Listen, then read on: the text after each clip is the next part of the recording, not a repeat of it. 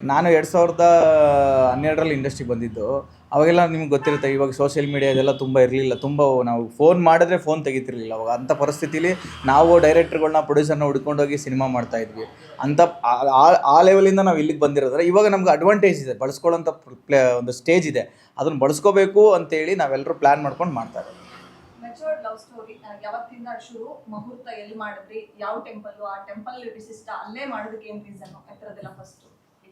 ಅಲ್ಲ, ಈಗ ಒಂದೇನೋ ಮಾಡ್ತೀವಿ ಅಂದ್ರೆ ಗುರುಗಳಿರಬೇಕು ನಮಗೆ. ಯಾವಾಗಲೂ ದಾರಿಲಿ ಅಂದರೆ ರಾಯರು ಗುರುಗಳ ಥರ ಯಾವಾಗಲೂ ಇರ್ತಾರೆ. ಅಲ್ಲಿಂದನೇ ಗುರುಗಳ ಮುಖಾಂತರನೇ ಶುರು ಮಾಡೋಣ ಅಂತೇಳಿ ರಾಯರು ಮಠದಲ್ಲಿ ಶುರು ಮಾಡಿದ್ದು.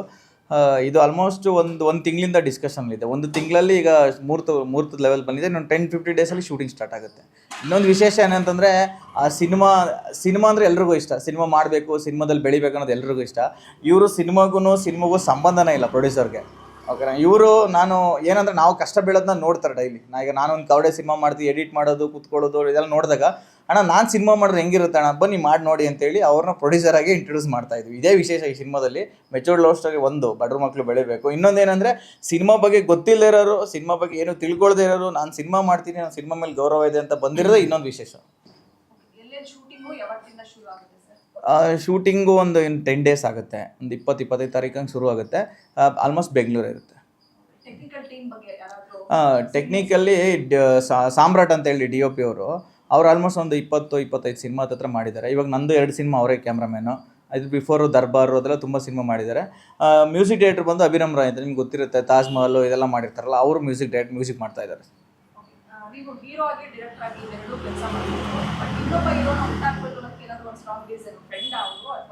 ಅಲ್ಲ, ಫ್ರೆಂಡ್ ಅಂತ ಏನಿಲ್ಲ. ನನಗೆ ಹೇಗೆ ಇನ್ಸ್ಟಿಟ್ಯೂಟ್ ಇನ್ನೊಬ್ಬರು ಸೀರಿಯಲ್ ಪ್ರೊಡಕ್ಷನ್ ಮ್ಯಾನೇಜರ್ ಮುಖಾಂತರ ಪರಿಚಯ ಆಗಿದ್ದು. ಯಾರೇ ನನ್ನ ಸ್ಟುಡಿಯೋಗೆ ಬಂದರೂ ನಾನು ಅವರಿಗೆ ಉತ್ಸಾಹ ತುಂಬ್ತೀನಿ, ಬೆಳೀರಿ, ಇಂಡಸ್ಟ್ರಿ ಯಾರ ಮನೆ ಸೊತ್ತಲ್ಲ ಇದು, ನೀವು ಎಲ್ರಿಗೂ ಕೆಪಾಸಿಟಿ ಇರುತ್ತೆ, ನೀವು ಬೆಳೀರಿ ಅಂತ ನಾನು ಅವ್ನಿಗೆ ಇಂಟ್ರೆಸ್ಟ್ ತೋರಿಸಿದಾಗ ಅವ್ನು ನನ್ನ ಜೊತೆಗೆ ಆಗಿದ್ದು ಕ್ಲೋಸ್ನೆಸ್, ಅವ್ನು ಡೆಡಿಕೇಟ್ ಮಾಡೋದು. ಅವನು ಈಗ ಒಂದು 100 ಜನನ, ಒಂದು 50 ಜನನ ಕಲೆ ಹಾಕಿ ಅವ್ರಿಗೆಲ್ಲ ಹಿಂಗೆ ಈ ಸಿನಿಮಾ ಅಂದರೆ ಹಿಂಗೆ ಮೋಸ ಹೋಗ್ಬೇಡಿ, ಹಿಂಗೆ ಮಾಡಿ ಏನೇ ಹೇಳ್ತಿರ್ತಾರೆ. ಅದೆಲ್ಲ ನೋಡಿದಾಗ ನಮ್ಗೆ ಏನು ಅನ್ಸುತ್ತೆ ಅಂದರೆ, ಅವ್ನು ಇನ್ನೊಬ್ಬರನ್ನ ಬೆಳೆಸ್ಬೇಕಾದಾಗ ನಾವು ಅವನ್ನ ಬೆಳೆಸ್ಬೇಕಂತ ನಾನು ನಿರ್ಧಾರ ಮಾಡಿರೋದು ಅಷ್ಟೇ.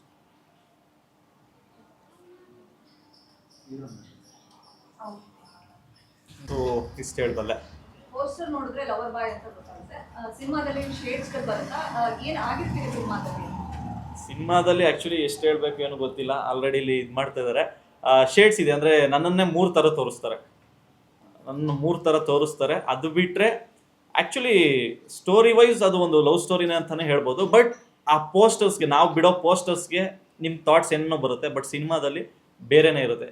ಮೆಚ್ಯೂರ್ಡ್ ಅನ್ನೋ ಆ ಪದನೇ ಬೇರೆ. ಲವ್ ಸ್ಟೋರಿ ಅನ್ನೋದು ಎಲ್ಲ ಕಡೆ ಇರುತ್ತೆ. ಬಟ್ ಮೆಚ್ಯೂರ್ಡ್ ಅಂತ ಯಾಕೆ ಇಟ್ಟಿದ್ದಾರೆ ಅಂದರೆ, ಆ ಒಂದು ಏನಂತ ಹೇಳ್ಬೋದು, ಸರ್ ಹೇಳ್ದಂಗೆ ಥಾಟ್ಸ್ ಆಗಿರ್ಬೋದು, ಲವ್ ಅನ್ನೋದ್ರ ಬಗ್ಗೆ ಅವ್ರಿಗಿರೋ ಅಭಿಪ್ರಾಯಗಳಾಗಿರ್ಬೋದು. ಸೊ ಅದನ್ನು ಎಲ್ಲೋ ಆಗಿದ್ದನ್ನ ಈಗ ಕಳ್ಕೊಂಡು ಈಗ ಬೇರೆ ಥರ ಲವ್ ಸ್ಟೋರಿ ಸ್ಟಾರ್ಟ್ ಆಗಿದೆ. ಸೊ ಅದು ಎಲ್ಲೋ ಒಂದು ಕಡೆ ನೆನಪು ಮಾಡೋಕ್ಕೆ, ಒಂದು ಪೇರೆಂಟ್ಸ್ ವ್ಯಾಲ್ಯೂಸ್ ಏನು ಅಂತ ಹೇಳೋದಕ್ಕೆ ಈ ಮೂವಿನ ರಘು ಸರ್ ಇದು ಮಾಡ್ಕೊಡ್ತಾರೆ. ಸೊ ಆ್ಯಕ್ಚುಲಿ ಅವರು ಇಲ್ಲ, ತುಂಬ ಜನ ಕೇಳೋರು ಹೀರೋಯಿನ್ ಇಲ್ಲದೆ ಹೇಗೆ ಮಾಡ್ತೀರಾ ಅಂತ. ಆ್ಯಕ್ಚುಲಿ ಇದು ಈ ದಿನ ಆದಮೇಲೆ ಏನೋ ಮತ್ತೆ ಎಲ್ಲ ಮುಹೂರ್ತ ಎಲ್ಲ ಮಾಡೋಕ್ಕಾಗಲ್ಲ, ಒಳ್ಳೆ ದಿನ ಇಲ್ಲ ಅಂತ ಹೇಳಿದ್ರು. ಅವ್ರದ್ದೇನೋ ತಾತ ಅವ್ರದ್ದು ತೀರೋಗಿ ಅವ್ರದ್ದೇನೋ ಕಾರ್ಯ ಇತ್ತು. ಸೊ ಅವರೇ ಹೇಳಿದ್ರು, ಅವರೇ ಇನಿಷಿಯೇಟಿವ್ ತೊಗೊಂಡು, ಅಂದರೆ ಈ ಥರ ಮನೇಲೇನೋ ಈ ಥರ ಆಗಿದ್ದಾಗ ಬರಬಾರ್ದು ಆ ಥರ ಪೂಜೆಗೆ ಅಂತ ಹೇಳಿ. ಅವ್ರು ಮಂಗಳೂರವರು. ಅವ್ರೀಗ ಉದಯದಲ್ಲಿ ಲಾಂಚ್ ಆಗ್ತಾ ಇದ್ದಾರೆ, ಹೊಸ ಸೀರಿಯಲ್ ಸೆಕೆಂಡ್ ಲೀಡಾಗಿ ಅವರು ಲಾಂಚ್ ಆಗ್ತಾ ಇದ್ದಾರೆ. But I have to thank her. ಯಾಕೆ ಅಂತ ಹೇಳಿದ್ರೆ 8:00 ನಾನು ಕಾಲ್ ಮಾಡಿದ್ದು. ಅಂದರೆ ನಮ್ಮ ಕ್ಯಾಸ್ಟಿಂಗಲ್ಲಿ ಅಣ್ಣ ಸ್ವಲ್ಪ ರೈಟ್ಸ್ ಕೊಟ್ಟಿದ್ರು, ನೀನು ಚೂಸ್ ಮಾಡು ಒಂದಷ್ಟು ಜನನ ಅಂತ. ಸೊ ನಾನು ಹುಡುಕಿ ಇನ್ಸ್ಟಾಗ್ರಾಮಲ್ಲಿ ತುಂಬ ಪೋಸ್ಟ್ ಮಾಡಿ ತುಂಬ ವೈರಲ್ ಆಗಿತ್ತು. ಬಟ್ ಎಲ್ಲೂ ಸಿಕ್ಕಿರಲಿಲ್ಲ. ಮಾತಿತ್ತೂರು ಎಲ್ಲ ಪರ್ ಡೇ 30,000, ಎಕ್ಸ್ಪೀರಿಯನ್ಸ್ ಇಲ್ಲ ಅಂದ್ರೆ 30,000 40,000 ಅಂತ ಹೇಳ್ತಾರೆ. ಸೊ ಆ ಥರ ಟೈಮಲ್ಲಿ ಲೈಕ್ ಅಷ್ಟು ಒಂದು ಒಳ್ಳೆ ಆ್ಯಕ್ಟಿಂಗ್ ಮಾಡೋರು, ಅಷ್ಟು ಒಂದು ಅಪಿಯರೆನ್ಸ್ ಇರೋರು, ಈಗ ಸೀರಿಯಲ್ ಮಾಡ್ತಾ ಇರೋರು ಕೂಡ ಈ ಥರ ಕಾನ್ಸೆಪ್ಟ್ ಹೇಳಿದಾಗ ನಾವೆಲ್ಲರೂ ಈ ಥರ ಅಸೋಸಿಯೇಟ್ ಆಗಿ ಮಾಡ್ತಾ ಇದ್ದೀವಿ, ಜಾಯ್ನ್ ಆಗಿ ಲೈಕ್ ಸಕ್ಸಸ್ ಆದ್ರೆ ಎಲ್ಲರೂ ಸೇರಿ ಸೆಲೆಬ್ರೇಟ್ ಮಾಡೋಣ, ಎಲ್ಲರೂ ಅನುಭವಿಸೋಣ ಅಂತ ಹೇಳಿ 8:30 ನಾನು ಫೋನ್ ಮಾಡಿದ್ದು. 9 o'clock ಕನ್ಫರ್ಮ್ ಮಾಡಿದ್ರು. ಮಾರ್ನಿಂಗ್ ಬಂದು ಇದು ಫೋಟೋ ಶೂಟ್ ಮಾಡಿರೋದು. ಸೊ ಲೈಕ್ 1 ಅವರಲ್ಲಿ ಇದೆಲ್ಲ ನಡೆದಿರೋದು. ಆ್ಯಂಡ್ ಮೂವಿ ಸ್ಕ್ರಿಪ್ಟ್ ಬರೆಯೋಕ್ಕೆ ಅಂತ ಅಣ್ಣ ಎಲ್ಲ ಶುರು ಮಾಡಿದ್ದು 1 month ಬ್ಯಾಕ್ ಅವ್ರು ಹೇಳ್ದಂಗೆ. ಸೊ ಇವತ್ತು ಮುಹೂರ್ತ ಆಗಿದೆ 25ನೇ ತಾರೀಕು. ಆಲ್ಮೋಸ್ಟು ಎಲ್ಲ ಇನ್ನೊಂದು ಸ್ವಲ್ಪ ಪ್ಲಾನಿಂಗ್ಸ್ ಇದೆ. 25ಕ್ಕೆ ಮುಗಿದ್ರೆ ನೆಕ್ಸ್ಟ್ ಜೂನ್ ಒಂದು 15ರಿಂದ 20 ದಿನ ಶೆಡ್ಯೂಲ್ ಇದೆ. ಅಷ್ಟರಲ್ಲಿ ಅಣ್ಣ ಮುಗಿಸ್ಕೊಡ್ತೀನಿ ಅಂತ ಹೇಳಿದ್ದಾರೆ. ಯಾಕೆಂದರೆ ಅವ್ರದ್ದು ನೆಕ್ಸ್ಟ್ ಏನೇನೋ ಪ್ರಾಜೆಕ್ಟ್ಸ್ ಇದೆ. ಸೊ ಅದರಿಂದ ನಾವು ಸ್ವಲ್ಪ ರಶ್ ಮಾಡ್ತಾ ಇದ್ದೀವಿ. ಆ್ಯಂಡ್ ಒಂದು ಭಯ ಇದೆ. ನೆನ್ನೆ ಒಂದು ನೋಡಿದ್ವಿ, ವಿನೋದ್ ಪ್ರಭಾಕರ್ ಸರ್ ಅವರು ಹೋಗಿ ಚೇಂಬರಲ್ಲಿ ಒಂಥರ ದುಃಖಿಸ್ತರಾಗಿ ಅಷ್ಟು ಬೇಡ್ತಾ ಇರೋದು. ಆಗೆಲ್ಲೋ ನನಗೆ ಭಯ ಫೋನ್ ಮಾಡಿದೆ, ಅಣ್ಣ ನಿಜವಾಗ್ಲೂ ನಾವು ಮಾಡ್ಬೇಕಣ್ಣ ಅಂತ. ದೊಡ್ಡವರೇ ಹಂಗೆ ಹೋಗಿ ನಿಂತ್ಕೊಂಡು ಕೇಳ್ತಾ ಇದ್ದಾರೆ ನಮ್ಮ ಸಿನಿಮಾ ಇಲ್ಲ ಅಂತ. ಅವ್ರು ಹೇಳಿದ ಒಂದೇ ಮಾತು, ಅವ್ರು ಕೇಳ್ತಾ ಇಲ್ಲ ಕರ್ನಾಟಕ ರಕ್ಷಣಾ ವೇದಿಕೆ ಅವ್ರನ್ನ ಅಥವಾ ಕನ್ನಡದವ್ರನ್ನ, ಯಾರು ಬಾಯ್ ಬಿಟ್ಟು ಕೇಳ್ತಲ್ಲ ಬನ್ನಿ ನಮ್ಗೆ ಅಂತ. ಬರೀ ಸಿನಿಮಾದವ್ರು, ಕನ್ನಡದವ್ರು ನಾವು ಕರೆಯೋಣ, ನಮಗೋಸ್ಕರ ಒಂದಷ್ಟು ಜನ ಬರ್ತಾರೆ, ಬಾಯ್ ಬಿಟ್ಟು ಕರೆಯೋಣ, ಎಲ್ಲ ಈಗೋ ಅಥವಾ ಒಂದು ಇದ್ಬಿಟ್ಟು ನಾವೆಲ್ಲರೂ ನೀವು ಬನ್ನಿ ಅಂತ ಬೇಕಾದ್ರೆ ಮನೆ ಬಾಗ್ಲು ಹೋಗಿ ಕರೆಯೋಣ, ಯಾಕೆ ಅನ್ಯಾಯ ಅಂತ. ಅದನ್ನ ನೀವು ತಲೆ ಕೊಡ್ಸ್ಕೊಬೇಡ, ಫಸ್ಟ್ ಫಿಲಮ್ ಮಾಡೋಣ, ಅದಾದ್ಮೇಲೆ ಅದೇನ್ ಮಾಡ್ಬೇಕು ನಾವು ಮಾಡೋಣ ಅಂತ ಒಂದು ಧೈರ್ಯ ಕೊಟ್ಟಿದ್ದಾರೆ. ಬಟ್ ನಿಜವಾಗ್ಲೂ ಅಲ್ಲಿ ನೆನ್ನೆ ಅಂತೂ ಕುಗ್ಬಿಟ್ಟಿದೀವಿ ಅಂತ. ವಿನೋದ್ ಪ್ರಭಾಕರ್ ಸರ್ರೆ ಅಷ್ಟು ಜನ ಬರ್ತಾ ಇದಾರೆ ಅಂದ್ರೂ ಸ್ಕ್ರೀನ್ಸ್ ಕೊಡ್ತಾ ಇಲ್ಲ ಅಂತ ಹೇಳಿದ್ರೆ, ದಯವಿಟ್ಟು ದೊಡ್ಡವರು ಅಂದ್ರೆ ನಾವ್ ಇನ್ನೂ ಬಂದೂ ಇಲ್ಲ, ನಾವು ಕಲಾವಿದನೂ ಅಲ್ಲ, ಈ ಫಿಲಮ್ ಚೆನ್ನಾಗಾದ್ರೆ ನಾನು ಕಲಾವಿದ ಅಂತ ಪ್ರೂವ್ ಆಗ್ತೀನಿ. ಈಗ ಎಂಟ್ರಿ ಕೊಡ್ತಾ ಇದೀವಿ. ಒಂದು ರಿಕ್ವೆಸ್ಟ್, ಒಂದಷ್ಟು ದಿನಗಳು ಅಥವಾ ಒಂದಷ್ಟು ಏನಾದ್ರು ಒಂದು ಪೀರಿಯಡ್ ಆಫ್ ಟೈಮ್ ಹೊಸೊಬ್ರಿಗೆ ಕನ್ನಡ ಸಿನಿಮಾ ಮಾತ್ರ ತಿಂಗಳುಗಳಲ್ಲಿ ಕರ್ನಾಟಕದಲ್ಲಿ ರಿಲೀಸ್ ಆಗಲಿ, ಆ ಥರ ಏನಾದ್ರು ಒಂದು ಇನಿಷಿಯೇಟಿವ್ ತಗೊಳ್ಳಿ. ಹಳಬ್ರೆಲ್ಲ ಇದ್ದಿದ್ದಕ್ಕೆ ಇವತ್ತು ಈಗಿರೋ ಸ್ಟಾರ್ಸ್ ಎಲ್ಲ ಅವತ್ತು ಆರಾಮಾಗಿ ಬಂದ್ರು.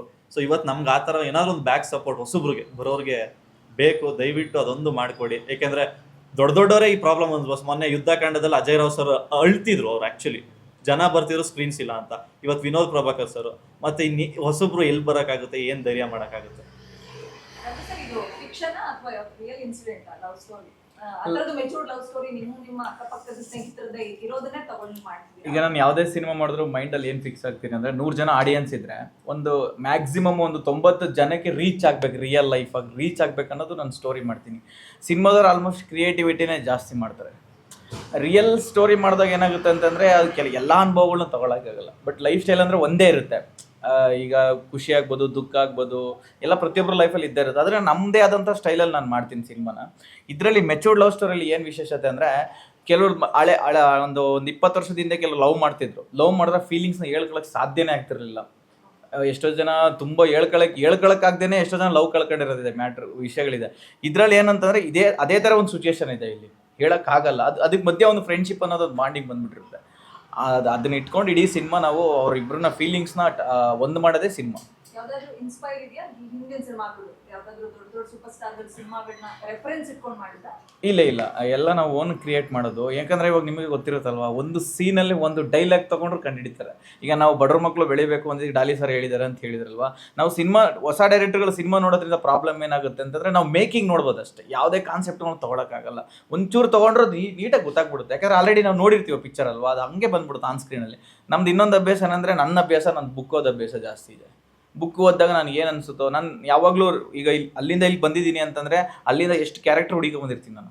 ಇವ್ರು ಹಿಂಗಿರ್ತಾರೆ, ಅದನ್ನ ನಾವು ಸಿನಿಮಾ ಮಾಡಬೇಕು. ಸಿನಿಮಾ ಅಂದರೆ ಇವಾಗ ಸಿನಿಮಾ ಅಂದರೆ ಒಂದು ಮೊಬೈಲ್ ಇಟ್ಕೊಂಡು ಸಿನಿಮಾ ಮಾಡ್ಬೋದು, ಒಂದು ಸ್ಟ್ಯಾಂಡ್ ಇಟ್ಕೊಂಡು ಸಿನಿಮಾ ಮಾಡ್ಬೋದು, ಒಂದು ಬ್ಯಾಗು, ಕೋಳಿ. ಈಗ ನೋಡಿ ತೆಲುಗಲ್ಲೆಲ್ಲ ಬರೀ ಒಂದು ಕೋಳಿ ಇಟ್ಕೊಂಡು ಸಿನಿಮಾ ಮಾಡ್ತಾರೆ, ಸೈಕಲ್ ಇಟ್ಕೊಂಡು ಸಿನಿಮಾ ಮಾಡ್ತಾರೆ. ಬಟ್ ನಮ್ಮ ಕನ್ನಡದಲ್ಲಿ ಆ ಪ್ರಯತ್ನ ಆಗ್ತಾ ಇಲ್ಲ.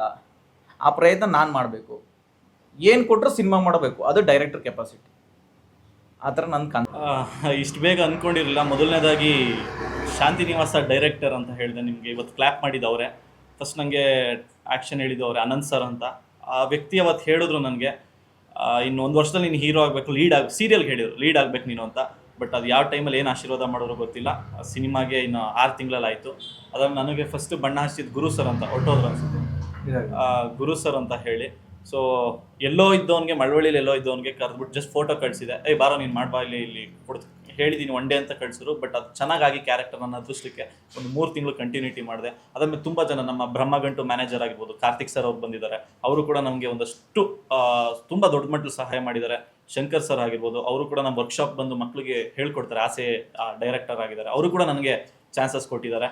ಸೊ ಒಟ್ಟಾರೆಯಾಗಿ ತುಂಬ ಜನ ನನ್ನ ಈ ಒಂದು 6 ತಿಂಗಳು ಪೀರಿಯಡಲ್ಲಿ ಅದೇನು ಅದೃಷ್ಟನೋ ಗೊತ್ತಿಲ್ಲ, ನಾನೇನು ಅಂತ ಹಾರ್ಡ್ ವರ್ಕ್ ಏನು ಮಾಡಿಲ್ಲ, ಅದೃಷ್ಟ ಅಂತಲೇ ಹೇಳ್ಬೋದು. ಯಾಕೆಂದರೆ ಅಪ್ಪ ಅಮ್ಮ ಮಾಡಿರೋ ಒಳ್ಳೆ ಕೆಲಸ ಇರ್ಬೋದು. ಎಲ್ಲರೂ ತಾನೇ ಬಂದು ಎಲ್ಲ ಕಡೆನೂ ನನಗೆ ಸೇರಿದ್ರು, ಹಾಗೆ ನಾನು ಹೋಗಿ ಸೇರಿದೆ. ಸೊ ಅದಕ್ಕೊಂದಕ್ಕೆ ನಾನು ಎಲ್ರಿಗೂ ಥ್ಯಾಂಕ್ಸ್ ಹೇಳ್ತೀನಿ. ಆ್ಯಂಡ್ ಮೀಡಿಯಾ, ನೀವು ಹೇಳಿದ್ರೇ 4 ಜನಕ್ಕೆ ನಾವು ಆಚೆಗೆ ಗೊತ್ತಾಗೋದು, ಇಲ್ಲಾಂದರೆ ಒಂದು 4 ಗೋಡೆ ಮಧ್ಯೆನೇ ಇರ್ತೀವಿ. ಸೊ ದಯವಿಟ್ಟು ಗೊತ್ತು ಎಲ್ಲರೂ ಕಮರ್ಷಿಯಲ್ ಇರ್ತಾರೆ, ಎಲ್ಲರೂ ಇದು ಮಾಡ್ತಾರೆ. ಒಂದು ಸ್ಮಾಲ್ ರಿಕ್ವೆಸ್ಟ್ ನನ್ನ ಕಡೆಯಿಂದ ಏನು ಅಂತ ಹೇಳಿದ್ರೆ, ದೊಡ್ಡ ಸಿನಿಮಾ, ದೊಡ್ಡ ಪ್ರೊಡ್ಯೂಸರ್ಸ್ಗೆ ದೊಡ್ಡ ಮಟ್ಟದಲ್ಲಿ ಇದು ಪ್ಲ್ಯಾನ್ ಮಾಡಿ. ಬಟ್ ವರ್ಷಕ್ಕೆ ಅಟ್ಲೀಸ್ಟ್ ನೀವು ಒಂದು ಅಜೆಂಡಾ ಹಾಕೊಂಡು ಒಂದು 5 ಜನಕ್ಕೆ ನಾವು ಸ್ವಯಂ ಆಗಿ, ನನಗೆ ಅಂತಲ್ಲ, ನಂದು ಬಿಡಿ, ನಮ್ಗೆ ಅಟ್ಲೀಸ್ಟ್ ಇವರಾದರೂ ಇದ್ದಾರೆ. ಎಷ್ಟೋ ಜನ ಪಾಪ ಅವ್ರವ್ರೇ ಏನೇನೋ ಮಾಡ್ತಾ ಇರ್ತಾರೆ. ಸೊ ಅಂಥವ್ರಿಗೆ ಏನಾದ್ರು ಮಾಡಿ ಕನ್ನಡ ಇನ್ನೊಂದು ಸ್ವಲ್ಪ ಕನ್ನಡ ಫಿಲಮ್ ಹೊಸಬ್ರು ಬರೋರಿಗೆ ಒಂದು ಧೈರ್ಯ ನೀವು ತುಂಬಬೇಕು. ಯಾಕೆಂದರೆ ಎಲ್ಲರೂ ಕೈ ಬಿಟ್ಟು ಕೂತ್ಬಿಟ್ಟಿದ್ದಾರೆ. ಈಗ ನಮ್ಗೆ ದೊಡ್ಡ ಪ್ರೊಡ್ಯೂಸರ್ ಹಳಬ್ರೇನೆ ನಮ್ಗೆಲ್ಲ ಇದು ಅಂತ ಬಿಟ್ಬಿಟ್ಟಿದ್ದಾರೆ. ಮತ್ತೆ ಆ ಮೋಟಿವ್ನ ತುಂಬೋಕ್ಕಾಗೋದು, ಅಥವಾ ನೀವು ಮಾಡಿ ನಾವೆಲ್ಲ ಇರ್ತೀವಿ ಅಂತ ಸಪೋರ್ಟ್ ಕೊಟ್ಟರೆ ಧೈರ್ಯವಾಗಿ ಮಾಡ್ತಾರೆ. ಅಂದರೆ ನಿಮ್ಮ ಮೀಡಿಯಾಯಿಂದ ಮಾತ್ರ ಸಾಧ್ಯ. ನಾವೆಲ್ಲ ಇದ್ದೀವಿ, ನಾವು ಸಪೋರ್ಟ್ ಮಾಡ್ತೀವಿ, ರೀಚ್ ಕೊಡ್ತೀವಿ. ನೀವು ಮಾಡಿ ಅಂತ ಒಬ್ಬ ಪ್ರೊಡ್ಯೂಸರ್ಗೋ ಹೀರೋಗೋ ಹೇಳಿದ್ರೆ ಎಲ್ಲರೂ ಧೈರ್ಯ ತಗೋತಾರೆ. ಸೊ ದಯವಿಟ್ಟು ಕೈ ಮುಗಿ ಕೇಳ್ಕೊತೀನಿ, ನೀವು ನಮಗೆ ಧೈರ್ಯ ತುಂಬಿ ನಮ್ಮ ಜೊತೆ ಇರಿ ಅಂತ ಕೇಳ್ಕೊಳ್ತೀನಿ. Thank you. ಆ್ಯಂಡ್ ರಘುವಣ ಕೊನೆಯದಾಗಿರೋದು ಈಗ ಚಿಕ್ಕ ದೊಡ್ಡ ನಟರಿಂದ ಚಿಕ್ಕ ನಟರವರೆಗೂ ಮೂಲೆಗೂ ಕರ್ನಾಟಕಕ್ಕೆ ತಲುಪಿಸೋದು ನೀವೇ. ಓಕೆ, ನೀವಿಲ್ಲ ಅಂದರೆ ನಾವೆಲ್ಲ ಯಾರೂ ಇಲ್ಲ. ಆ್ಯಕ್ಚುಲಿ ನಾವು ಎಷ್ಟು ಜನಗಳಿಗೆ ಸ್ಟಾರ್ ಆಗಿರ್ಬೋದು, ಬಟ್ ನಮಗೆ ಸ್ಟಾರ್ ನೀವೇ. ಇದು ನಾನು ಯಾವುದೇ ಪ್ರೆಸ್ ಮೀಟ್ಗೆ ಹೋದ್ರು, ನಾನು ಯಾವುದೇ ಪ್ರೆಸ್ ಮೀಟಲ್ಲೂ ನಾನು ಎಲ್ಲರಿಗೂ ಹೇಳೋದಿದೆ. ನಾನು ಇದ್ರ ಮುಖಾಂತರ ಕೇಳ್ಕೊಳ್ಳೋದು ಏನಂತಂದರೆ, ಕನ್ನಡ ಇಂಡಸ್ಟ್ರಿಗೆ ದೊಡ್ಡ ಹಿಸ್ಟ್ರಿ ಇದೆ. ಈಗ ಮೊನ್ನೆ ಯಾವುದೋ ಒಂದು ವಿಷಯ ಕನ್ನಡದ ಬಗ್ಗೆ ಕಾಂಟ್ರವರ್ಸಿ ಆಯಿತು. ಆ ಥರದ ಸಾವಿರ ಅಲ್ಲ ಲಕ್ಷ ಕಾಂಟ್ರವರ್ಸಿ ಬಂದರೂ ಕನ್ನಡ ಇಂಡಸ್ಟ್ರಿನ ಯಾರ ಕೈಲೂ ಯಾರಿಂದನೂ ಕೆಳಗೆ ಬೀಳ್ಸೋಕ್ಕಾಗಲ್ಲ. ಒಂದು ಯಾಕೆ ಈ ಧೈರ್ಯ ನನಗೆ ಅಂತಾರೆ, ನಾನು ಕರ್ನಾಟಕ ರಕ್ಷಣಾ ವೇದಿಕೆಯಲ್ಲಿ ನಾನು ಕನ್ನಡ ಪರ ತುಂಬ ಹೋರಾಟ ಮಾಡ್ತಿರ್ತೀನಿ. ಈಗ ಇದ್ರ ಬಿಫೋರ್ ಒಂದು ನಾನಿನ ಬಿಡಲ್ಲ ಅಂತ ಒಂದು ಸಿನಿಮಾ ಹೆಣ್ಣುಡುಗಿ ಅವಮಾನ ಆಗಿದೆ ಅಂತೇಳಿ ತುಂಬ ಹೋರಾಟ ಮಾಡಿದೆ. ಆ ಥಿಯೇಟ್ರಲ್ಲೆಲ್ಲ ಪೋಸ್ಟ್ ಎಲ್ಲ ಹೊಡೆದಾಕ್ತೆ, ಪೋಸ್ಟ್ ಎಲ್ಲ ಮಾಡಿದೆ. ಬಟ್ ನಾನು ನಿಮ್ಮ ಮುಖಾಂತರ ಕನ್ನಡ ಜನರು ಕೇಳ್ಕೊಳ್ಳೋದು ಏನಂತಂದರೆ, ಮೊದಲು ನಮ್ಮ ಕನ್ನಡ, ನಮ್ಮ ಭೂಮಿ ತಾಯಿ ಅವಳಿದ್ರೇ ನಾವೆಲ್ಲ, ಆಯಿತಾ? ಕನ್ನಡ ಸಿನಿಮಾನ ಕನ್ನಡ ಥಿಯೇಟ್ರಲ್ಲೇ ನೋಡಿ. ಕನ್ನಡ ಈಗ ಸಿಂಪಲಾಗಿ ಹೇಳ್ಬೇಕಂದ್ರೆ, ನೆಟ್ ಖಾಲಿ ಆಯಿತು ಅಂದರೆ 50 ರೂಪಾಯಿ 60 ರೂಪಾಯಿ ರೀಚಾರ್ಜ್ ಮಾಡ್ತಾರೆ. ಓಕೆನಾ? ಒಂದು ಕನ್ನಡ ಸಿನಿಮಾಗೆ ಒಂದು ಟಿಕೆಟ್ ತೊಗೊಂಡು ಸಿನಿಮಾ ನೋಡಿದ್ರೆ ಎಷ್ಟೋ ಕನ್ನಡ ಕಲಾವಿದರು ಬೆಳೀತಾರೆ. ಎಲ್ಲೋ ವೇಸ್ಟ್ ಮಾಡೋದನ್ನ ನಮಗೆ ನೀವು ಕೊಡೋ ಭಿಕ್ಷೆಯಲ್ಲಿ ನಾವು ಬದುಕ್ತೀವಿ. ನಾವು ರಿಕ್ವೆಸ್ಟ್ ಮಾಡ್ಕೊಳ್ಳೋದೇನೆಂದರೆ, ಕನ್ನಡ ಸಿನಿಮಾನ ಥಿಯೇಟ್ರಲ್ಲೇ ಬಂದು ನೋಡಿ. ಈಗ ನೋಡಿ, ಅವರು ಡ್ರೈವರಾಗಿ ಕೆಲಸ ಮಾಡಿ ಸಿನಿಮಾ ಮಾಡ್ತಾ ಇದ್ದಾರೆ, ಬಿಕಾಸ್ ನಾವು ಸಿನಿಮಾ ಮೇಲೆ ಇಟ್ಟಿರೋ ಗೌರವ. ಇನ್ನು ನಾನು ಒಂದು 10-12 ವರ್ಷ ಎಡಿಟ್ರಾಗಿ ಕೆಲಸ ಮಾಡಿ ಎಲ್ಲ ಸುತ್ತಕೊಂಡು ಇನ್ನೂ ಲೈಫ್ ಆಲ್ರೆಡಿ 33 ವರ್ಷ ಆದ್ರೂ ಇನ್ನೂ ಲೈಫಲ್ಲಿ ಸೆಟಲ್ ಆಗಿಲ್ಲ. ಅಷ್ಟು ನಾವು ಸಿನಿಮಾ ಮೇಲೆ ಗೌರವ ಇಟ್ಟಿದ್ದೀವಿ. ಈಗ ಇವರೆಲ್ಲ ಹೊಸಬ್ರುಗಳು ಕೈ ಮುಗಿ ಬೇಡ್ತಾರೆ. ಈ ಪರಿಸ್ಥಿತಿಗೆ ನಾವು ಯಾವತ್ತೂ ತಂದ್ಕೋಬಾರ್ದು. ನಮ್ಮ ಕನ್ನಡ ಇಂಡಸ್ಟ್ರಿ ಎಲ್ಲ ಇಂಡಸ್ಟ್ರಿಗಿಂತ ಟಾಪಲ್ಲಿ ಇರಬೇಕು ಅನ್ನೋದು ನನ್ನ ಆಸೆ. ಅದನ್ನು ನಮ್ಮ ಕನ್ನಡ ಜನ ನಡೆಸ್ಕೊಡಿ ಅಂತೇಳಿ ನಾವು ಇದ್ರ ಮುಖಾಂತರ ಕೇಳ್ಕೊಳ್ಳೋಕೆ ಇಷ್ಟಪಡ್ತೀನಿ. Thank you so much. ಬನ್ನಿ ಬ್ರೇಕ್ಫಾಸ್ಟ್. ಸಿನಿಮಾದ ಬಗ್ಗೆ ಹೇಳಿ, ಎಷ್ಟು ವಿಭಿನ್ನವಾಗಿ ಬರುತ್ತೆ, ಎಷ್ಟು ಕೋಟಿ ಬಜೆಟ್ ಅಲ್ಲಿ ಸಿನಿಮಾ ಮಾಡ್ತೀವಿ? ಕೋಟಿ ಎಲ್ಲ ಇಲ್ಲ ಮೇಡಮ್. ಇವರು ಮನೀಶ್ ಸರ್ ಹೇಳ್ದಂಗೆ ಲಕ್ಷ, ಅದಕ್ಕೆ ಮಾತ್ರ ಆಗುತ್ತೆ. ನೀವು ಹೇಳ್ದಂಗೆಲ್ಲ ಕೋಟಿ ಇನ್ವೆಸ್ಟ್ಮೆಂಟ್ ಮಾಡೋ ಅಷ್ಟು ಇಲ್ಲ, ಬಜೆಟ್ ಇಲ್ಲ. ನೆಕ್ಸ್ಟ್ ಚೆನ್ನಾಗಿ ಇದಾದರೆ ನೆಕ್ಸ್ಟ್ ಖಂಡಿತ ಮಾಡ್ತೀನಿ. ಅದು ಸಕ್ಸಸ್ ಆಗಲಿ ಆಗದೆ ಹೋಗಲಿ, ನೆಕ್ಸ್ಟ್ ಪ್ರಯತ್ನ ಮಾಡೇ ಮಾಡ್ತೀನಿ. ಇದೇ ಟೀಮ್ ಜೊತೆನಾ? ಖಂಡಿತ. ಏನಾದರೂ ಫೈನಲ್ ವರ್ಡ್ಸ್ ಮನೀಶ್?